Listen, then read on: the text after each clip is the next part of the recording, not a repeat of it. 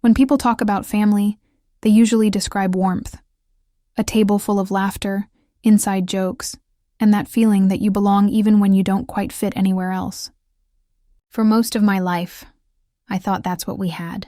We weren't perfect, of course, but I believed that underneath the teasing and occasional arguments, love was still there, holding everything together like glue between the cracks. I used to tell my friends that our Thanksgiving dinners were chaotic but honest, noisy, messy, sometimes emotional but real. I didn't realize that one Thanksgiving would change everything. I grew up the middle sister in a family of 3 girls. My older sister, Karen, had the confident energy of someone who always knew she was the favorite. She had my mother's looks and my father's approval. Then there was me, quieter, more introspective, the one who preferred reading in my room or walking outside when the house got too loud. And my younger sister, Lily, the free spirit who everyone adored for her humor and charm. Karen was the planner, Lily the entertainer, and I was, well, the one who listened. In our family, speaking less meant you were noticed less. My parents liked to say I was the responsible one, but that phrase carried a hidden meaning. It meant they didn't have to worry about me. It also meant they didn't have to think about me much at all. Still, I tried. Every Thanksgiving, I volunteered to cook part of the meal, to help clean, to make things run smoothly. I didn't do it for attention. I just liked the peace that came with keeping things organized. But that year, the year everything fell apart, I had been living on my own for almost a year after losing my job and going through a difficult breakup. I wasn't doing great, but I wasn't falling apart either. I just felt a bit invisible. When Karen called to invite me to Thanksgiving, her voice was unusually formal. "Mom wants everyone home this year," she said. "We'll all be there. It'll be nice." I remember hesitating, unsure if nice meant genuine or just tolerable. Still, I went, because family meant showing up, right? Even when you didn't feel welcome. That morning, I drove 3 hours through light snow to reach my parents' house. The trees along the road looked dusted with sugar. I listened to an old playlist on the way, songs from my college days, and tried to convince myself this would be a chance to reconnect. Maybe things had changed. Maybe I was overthinking. When I walked in, the house smelled of roasted turkey, cinnamon candles, and something else. That faint tension that hangs in the air before something is said. My mother gave me a polite hug. My father nodded from the living room, and Karen was already arranging the table settings like a general preparing for battle. Lily ran up to me, cheerful as always, but her hug was quick, almost distracted. I offered to help in the kitchen, but Karen waved me off. "We've got it handled," she said. Her tone wasn't rude, but it wasn't kind either. It was the tone of someone who had already decided my presence was unnecessary. Dinner began in the usual chaos, everyone talking over each other, jokes flying, my mother reminding us to save the serious talk for after dessert. But this time, the laughter felt rehearsed, like lines from a play. I smiled where it was expected and tried to ignore the little comments. Karen kept dropping, about my unstable year, about how some people just need to make better choices. It wasn't the first time she had tried to make me small, but I could tell this time she wasn't doing it out of habit. She had a purpose. Halfway through dinner, as the plates were being cleared, Karen stood up. She tapped her glass with a fork, like she was about to give a speech. My stomach tightened before she even spoke. She smiled, that perfectly rehearsed smile that never quite reached her eyes, and said, "So before we finish dessert, there's something we want to say." "We?" I asked, looking around the table. Karen nodded. "Yes. We've talked. Mom, Dad, Lily, and I. We've had some conversations over the past few months, and we came to a decision." I remember the way her words slowed down, deliberate and heavy. Everyone else stayed silent, which somehow made it worse. Karen took a deep breath and said it, the sentence that would replay in my head for months afterward. "We voted, and you're not family anymore." For a second, I thought she was joking. It sounded too absurd. Who says something like that? But the silence that followed told me she meant it. My mother wouldn't meet my eyes. My father stared at his hands. Lily looked away, pretending to adjust her napkin. The room suddenly felt smaller. I could hear the clock ticking behind me. I laughed nervously, thinking maybe it was a twisted joke. Something that would end with, "Just kidding." But no one smiled. Karen went on, explaining, in the same calm, managerial tone she used when talking about quarterly reports, that I had distanced myself, that my choices didn't reflect family values, that I didn't contribute enough, and that it was time to set boundaries. It was surreal, hearing the language of corporate HR being used to exile someone from their own family. I asked them what they meant by voted. My father said quietly, "We all talked about it, and we think it's for the best." "For the best," he said, as if removing me from the family was some kind of act of mercy. I wanted to shout, to demand explanations, to remind them of everything I had done for them over the years. The nights I stayed up helping my mother after her surgery, the time I lent Karen money when she was short on rent, the weekends I babysat Lily's kids when she needed a break, but no words came out. I just sat there frozen, with my half-empty plate in front of me. Eventually, I stood up. My hands were shaking, but my voice somehow wasn't. "All right," I said quietly. "If that's what you've decided, then okay." Karen looked almost disappointed that I didn't argue. Maybe she wanted a scene, something to justify her decision, but I didn't give her that satisfaction. I picked up my coat, walked to the door, and left. No one stopped me. Outside, the air was freezing, but it felt cleaner than the air inside that house. I sat in my car for a long time before turning the key. I wasn't crying. I wasn't even angry, not yet. Mostly, I felt empty. On the drive home, the snow had started again. I remember the way the flakes hit the windshield, each one melting instantly. I drove in silence, replaying every word of that dinner, trying to understand how something like that could happen. How could people who claimed to love you decide that love was conditional, that it could be voted on? That night, I sat in my apartment with a cup of tea that went cold before I touched it. My phone buzzed once, a message from Lily. It said, "Sorry about tonight. Karen can be intense. I'll call tomorrow." She never did. Over the next few weeks, I tried to go on with life as usual. I went to work, came home, read books, did laundry, but everything felt quieter, as if someone had turned down the volume on the world. I didn't talk about what happened with anyone. I didn't post anything online, I just existed. The holidays came and went. I spent Christmas alone that year, eating soup and watching an old movie. I told myself I didn't mind, but sometimes, when I saw families in commercials or couples carrying gifts down the street, a small ache would rise in my chest. Still, beneath that ache, something else began to grow. Something quiet, patient, steady. Not bitterness exactly, more like clarity. I realized that maybe my family hadn't rejected me because of who I was, but because I had stopped fitting the version of me they wanted to keep. I was too independent now, too unwilling to play the role they had written for me years ago. So, slowly, I began to rebuild. Not as their daughter or sister, but as myself. I started small, cleaning my space, setting goals, learning to enjoy my own company again. I took an evening class, just to remind myself I could still learn something new. I stopped checking my phone for messages that would never come. And one night, as I looked around my little apartment, I felt something that surprised me. Peace. It wasn't forgiveness. Not yet. But it was the first quiet step towards something stronger, something calm. That was the beginning of my revenge. Not loud, not cruel, but deliberate. The kind that doesn't destroy others. It simply refuses to be destroyed. The months after that Thanksgiving blurred together at first. Winter has a strange way of stretching time. The days blend into one another, and silence starts to sound like company.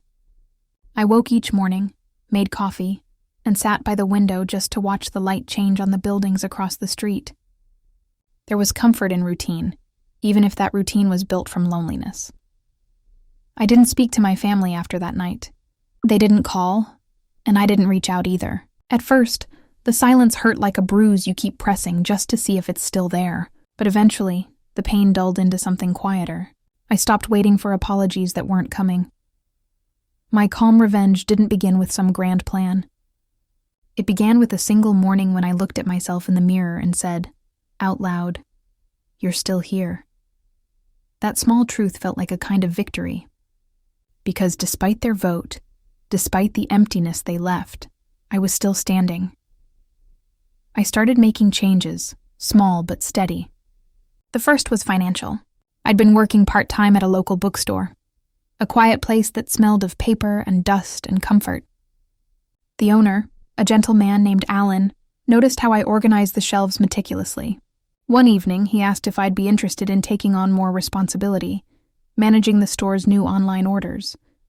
It wasn't glamorous, but it was something that felt mine. Every order I packed became a small affirmation. I can do things well. I can build something stable even if no one sees it.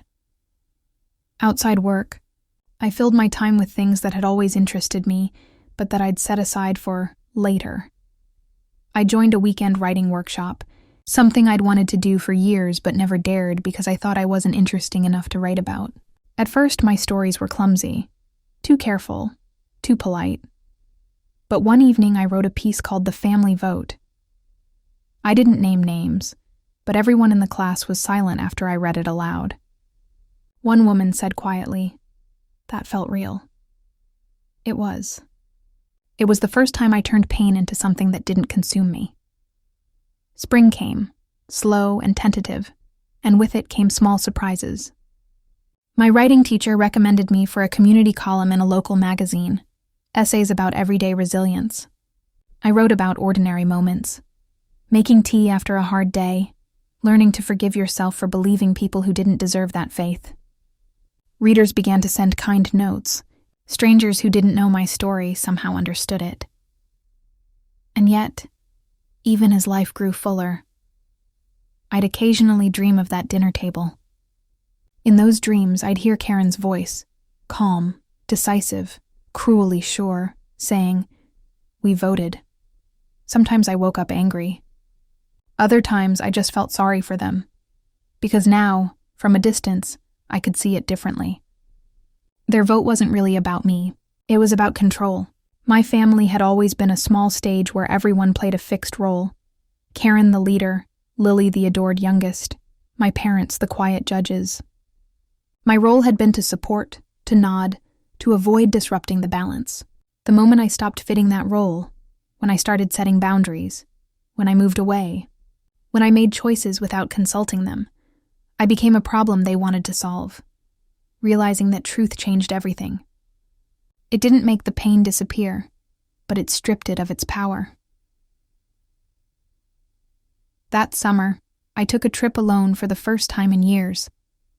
Just 3 days by the coast, in a small rented cabin with creaky floors and sea air that smelled of salt and possibility. I walked on the beach each morning, barefoot, letting the cold waves reach my ankles. No one knew where I was. No one asked. And for once, that was freeing. One evening, I sat on the porch watching the sunset, a slow fade of pink and gold, and I thought about how different silence can feel depending on who gives it to you. The silence from my family was heavy, punishing, but this silence, the one I chose, was healing. When I returned, Alan told me the bookstore was expanding. He wanted me to manage the new branch opening downtown. I hesitated, unsure if I was ready, but he said, "You already run this place with heart. You just don't notice it." That line stayed with me. I said yes. The months that followed were a blur of effort, setting up shelves, hiring part-timers, building an online following for the store. It was tiring, but in the kind of way that fills you rather than empties you. For the first time in my life, I felt proud without needing anyone's approval. Then, one afternoon, as I was closing the register, I saw a familiar face through the glass door. Lily, my younger sister. She looked unsure, standing outside with her hands in her coat pockets. I opened the door. "Hey," she said softly. "Can I come in?" Her visit was unexpected, but I nodded. We sat among the books, the smell of paper between us like neutral ground. She looked thinner than I remembered, her usual sparkle dimmed. "I don't know where to start," she said. "Maybe start with why you're here," I replied. My voice was calm. I wasn't angry, just cautious. She took a deep breath. "Things at home are complicated. Karen's been fighting with Mom and Dad, about money, about everything. She keeps saying she's tired of being the only responsible one." I almost laughed at that, the irony. But I stayed quiet. Lily looked at me then, eyes glossy. That night, I should have said something. I wanted to, but I froze. "I'm sorry." For a long moment, neither of us spoke. There were 100 things I could have said. That sorry wasn't enough, that she'd watched them humiliate me and done nothing. But all I managed was a simple truth. It hurt. She nodded. "I know, I was scared of Karen. She always decides things. But I shouldn't have let her decide you." Her words cracked something open in me. Not forgiveness exactly, but understanding. Before she left, she asked if she could call me sometimes. I said yes, but I didn't promise more than that. I'd learned that reconciliation couldn't be rushed. It had to earn its place. That night, I sat alone again, but this time I didn't feel lonely. I realized that revenge, the calm kind, wasn't about proving people wrong. It was about proving yourself right. It was about living so fully, so peacefully, that their absence stopped being a wound and became a space for growth. As autumn returned, almost a year after that dinner, life had quietly transformed. My name appeared on the bookstore's new sign. Manager, Claire Roberts. Customers began to recognize me, to ask for recommendations, to share their own stories of family and loss and healing. Sometimes I'd overhear them talking about how warm the store felt, how peaceful. I liked that word, peaceful. It felt like a small victory every time someone said it. One morning, as I arranged new arrivals on the shelf, my phone buzzed. A message from an unknown number. "Mom's not well. She's asking for you." It was Lily again. I stood there, phone in hand, heartbeat steady. The old version of me would have dropped everything and rushed home. But now I paused. I wasn't the discarded daughter anymore. I was a whole person with a life built from the ground up. I told Lily I'd come in a few days, once things at the store were settled.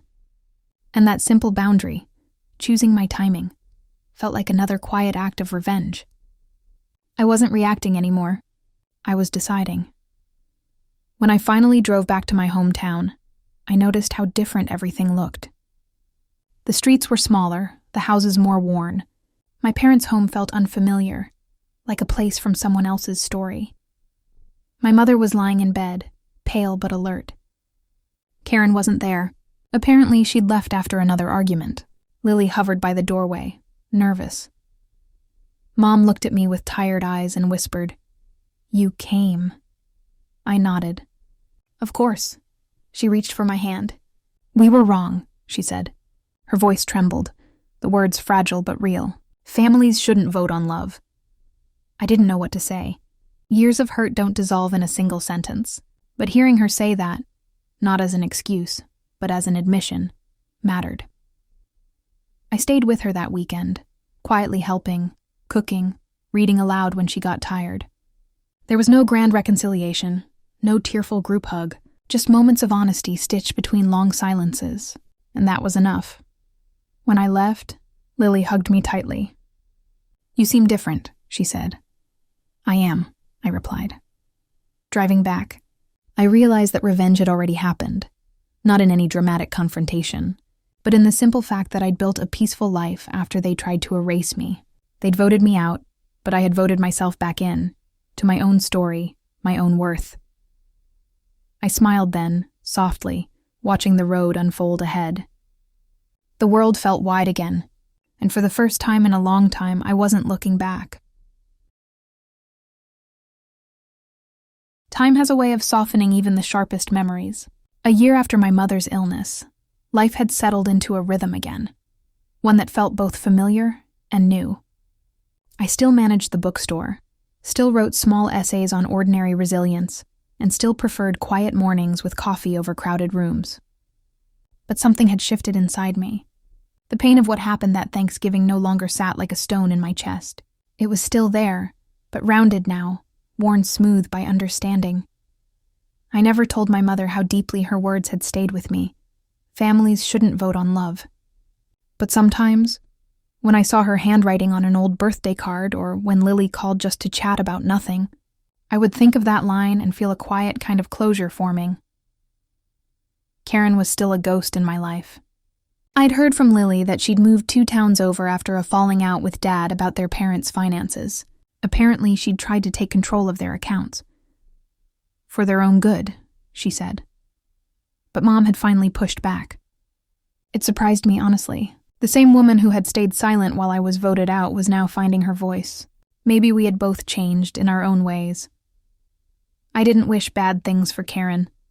I just didn't wish anything for her at all. That neutrality, that lack of bitterness, was its own revenge. I had spent too many years measuring my worth through her approval. Now I measured it by peace. One afternoon, Lily stopped by the bookstore again. She looked happier this time, more herself. She'd started working as a freelance designer and seemed proud of it. We talked for an hour over tea in the corner of the shop, about work and life and small, ordinary things. Eventually, she asked, "Do you think you'll ever talk to Karen again?" I took a moment before answering. "Maybe," I said. "But it would have to be for the right reasons, not out of guilt or nostalgia. I don't need her to apologize anymore. I just need her to understand." Lily nodded slowly. "You've really changed," she said with a small smile. "Yeah," I said. "I guess getting voted out makes you rewrite the rules." We laughed softly, and in that moment, I realized something. This was what healing looked like. Not big gestures or dramatic speeches, but quiet, shared laughter over tea, after a long silence. As the years went on, I built a life that fit me better than any approval I'd ever tried to earn. I moved into a small house closer to the sea, the same coast where I'd once taken that trip alone. It wasn't fancy, but it was mine. I filled it with books, plants, and sunlight. On weekends, I hosted reading circles at the bookstore and encouraged people to write their own stories, even if they thought no one would care to read them.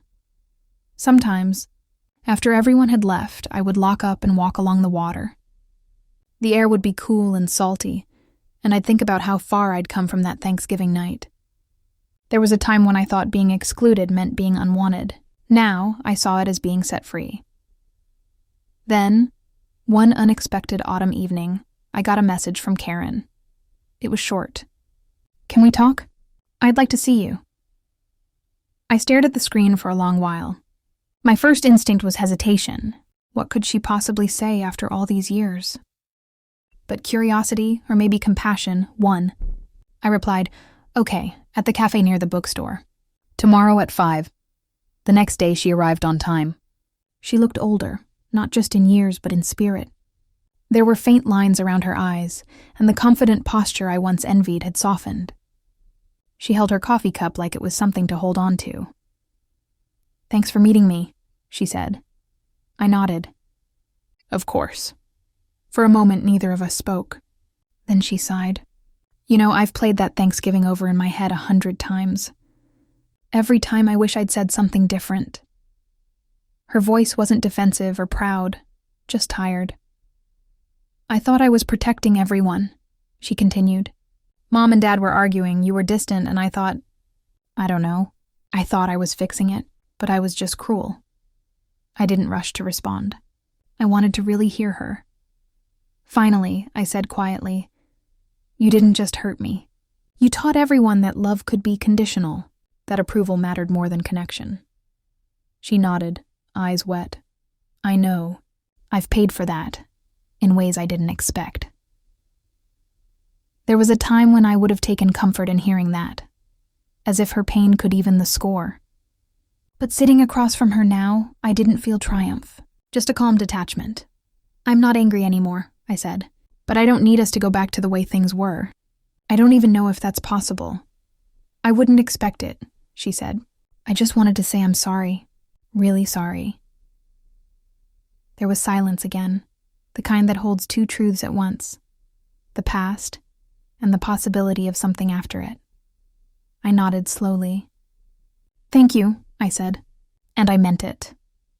We talked a bit longer, about Mom, who was doing better, about Lily's new projects, about small things that used to fill our conversations before everything went wrong. But it wasn't the same, and that was okay. When she left, she hugged me briefly. It wasn't a sentimental embrace. It was acknowledgement, the kind you give someone when you finally see them as they are, not as you need them to be. After she walked away, I felt light. Not because I had won, but because I had finally stopped carrying the weight of wanting to win. In the weeks that followed, my life continued as it always had. But something inside me settled into an even deeper peace. The family that had voted me out had, in some quiet way, voted themselves into reflection. And that was enough. I kept writing about calm strength, forgiveness, and the quiet revolutions that happen when you choose peace over resentment. One of my essays went mildly viral online. People shared it, saying it felt like reading a mirror. The title was, "When They Close the Door, Build a Window." Strangers began to message me, telling me about their own family wounds, people who had been cut off, misunderstood, or quietly erased. I replied to as many as I could, reminding them of something I had once needed to hear. You are still whole, even if they don't see it. That became my life's quiet purpose. I wasn't trying to be a guru or a motivational figure. I was simply telling the truth of what I'd lived, that sometimes revenge isn't about getting even. It's about getting free. Years later, on another Thanksgiving, I found myself at a different table, surrounded by friends, laughter, mismatched plates, and the soft hum of belonging. Someone asked if I missed my family traditions. I smiled. Some of them, I said honestly, but I think I've made new ones. After dinner, as I walked home through the cool night, I passed a bakery window glowing with light. Inside, a family was laughing together, passing slices of pie. For a moment, I felt that old ache again, not sadness, just memory. Then it passed, replaced by something quieter. Gratitude. Because even though my family once told me I wasn't one of them, I had learned that belonging doesn't come from a vote. It comes from the people and the peace you choose. When I reached home, I lit a candle on my small kitchen table. The flame flickered gently, reflecting on the window pane. I whispered softly to the silence, "You were wrong about me." And the silence, kind, forgiving, and infinite, seemed to whisper back, "I know." That night, I wrote one last essay in my notebook. It wasn't meant for publication, just for me. It began, "They told me I wasn't family anymore, but in losing them, I found myself. And maybe that was the real Thanksgiving after all." I closed the notebook, turned off the light, and went to bed feeling something I hadn't felt in years. Complete. Because my calm revenge had never been about proving them wrong. It was about living long enough and peacefully enough that the truth could speak for itself. And it had. So if you've ever been pushed away, if someone has told you that you don't belong, remember this: you don't have to fight to be seen by them. You can choose to see yourself. You can build a life so gentle, so steady, that the world notices your peace more than your pain. And maybe, one day, they'll look at you, from a distance, and realize what they lost when they tried to erase you. That's the calmest revenge there is. If you enjoyed this story and felt something within it, I invite you to stay part of this journey, to like, share, and subscribe to My Calm Revenge for more stories of quiet strength, redemption, and dignity. Because sometimes the most powerful revenge isn't loud. It's peaceful. It's living well and living true.